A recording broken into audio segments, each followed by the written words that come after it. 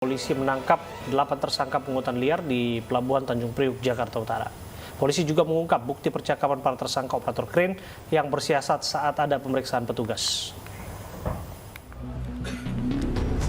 Pungli ini adalah penyakit masyarakat. Polisi menangkap tersangka beserta barang bukti pungutan liar terhadap supir truk di Pelabuhan Tanjung Priuk, Jakarta Utara. Selain para tersangka dan barang bukti uang tunai sejumlah Rp1.800.000, polisi juga menampilkan grup WhatsApp para tersangka operator krain beserta koordinatornya yang bersiasat saat ada pemeriksaan petugas.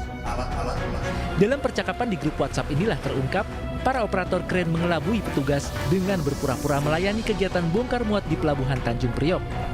Penyakit masyarakat sewaktu-waktu bisa muncul dan modusnya berubah-ubah untuk menghindari terdeteksi oleh petugas. Oleh karena itu yang kami ungkap hingga hari ini sudah ada 11 pelaku, uang lebih dari Rp1.800.000 termasuk alat-alat plastik. Sebelumnya polisi telah menangkap beberapa tersangka pungli, termasuk supervisor salah satu perusahaan di bidang alat bongkar muat kontainer di Pelabuhan Tanjung Priok. Modus tersangka memerintahkan operator untuk mendahului bongkar muat truk yang memberikan upeti di dalam kantong plastik atau botol air mineral. Dari Jakarta, Vendra Kurniawan, iNews melaporkan.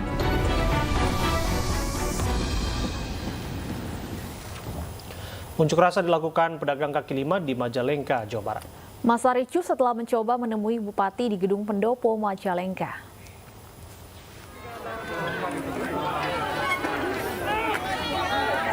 Puluhan pedagang kaki lima berusaha menerobos petugas gabungan dari unsur Polri dan Satpol PP dalam aksi unjuk rasa di Gedung Pendopo, Majalengka. Massa bahkan berusaha mendorong petugas dan membuka gerbang.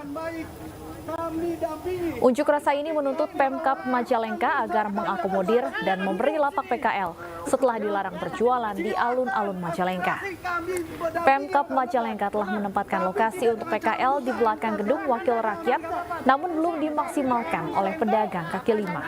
Karena di sini mohon izin semuanya dari satu alun-alun ini. Kalau gawe dalon tempatkan yang bidang lain, tapi yang aman. Sementara ini gimana?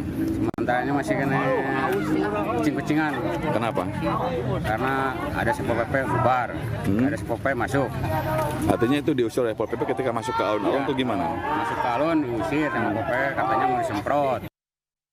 Pemirsa, musisi Erdian Aji Prihartanto alias Anji positif mengkonsumsi narkoba jenis ganja. Hingga kini Anji masih diperiksa intensif di Mapolres Metro Jakarta Barat.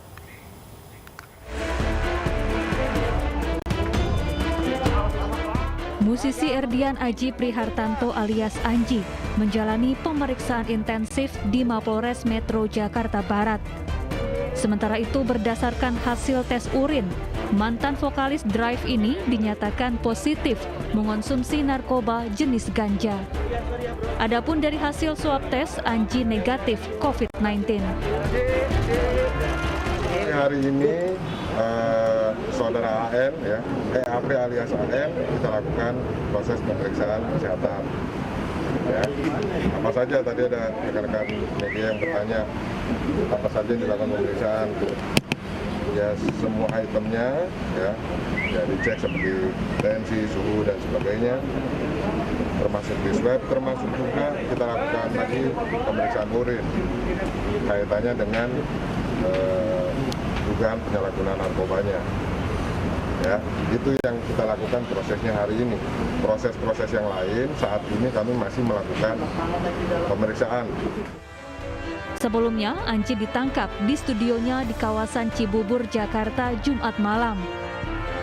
Saat ditangkap, Anji hanya seorang diri. Polisi kemudian menemukan barang bukti narkoba jenis ganja. Dari Jakarta, Nadia Raisa, Seprio, Jaka Samsal, iNews melaporkan. Dan untuk mengetahui jalannya pemeriksaan Anji, sudah rekan kami Angelika D.Eva Gam di Polres Jakarta Barat. Angelika, apa yang terbaru dari hasil pemeriksaan Anji?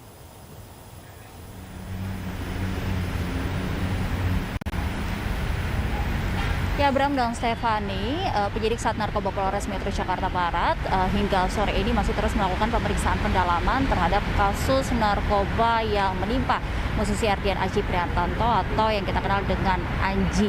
Anji ini diamankan pada Jumat malam lalu di studionya Cibubur dan kedapatan mengkonsumsi ganja.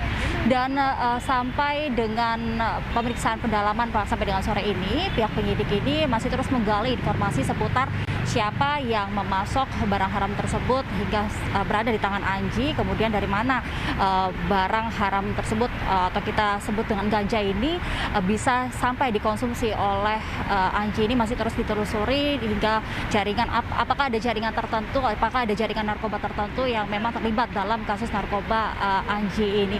Dan sebelum pemeriksaan pendalaman, tentunya tadi Anji pun pada pagi hari sudah melewati pemeriksaan kesehatan. Pemeriksaan kesehatan ini yang dilalui adalah pemeriksaan mengenai suhu tubuh, pemeriksaan tekanan darah, dilakukan tes swab COVID-19, dan juga pemeriksaan urin.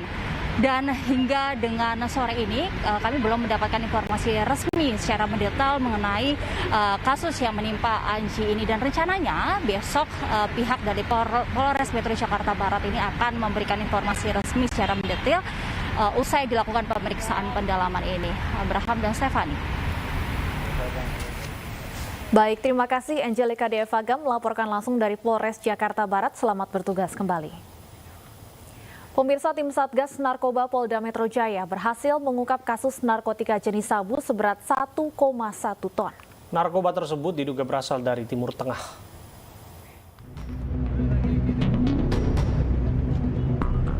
Satuan Tugas Narkoba Polda Metro Jaya menangkap 7 tersangka kasus peredaran gelap narkotika jenis sabu.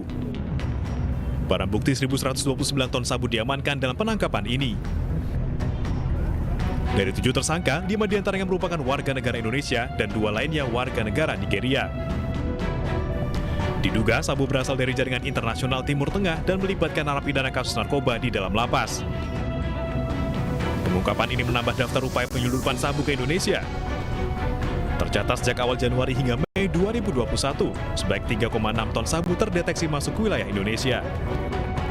Di mana beberapa waktu yang lalu kita juga sudah mengungkap kurang lebih 2,5 ton.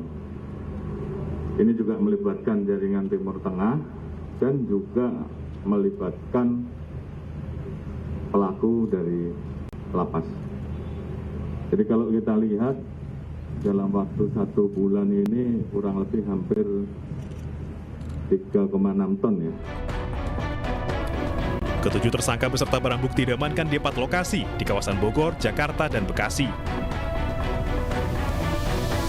Para tersangka dikenakan pasal 114 ayat 2, subsidiar pasal 115 ayat 2, Undang-Undang Nomor 35 Tahun 2009 dengan pidana maksimal hukuman mati.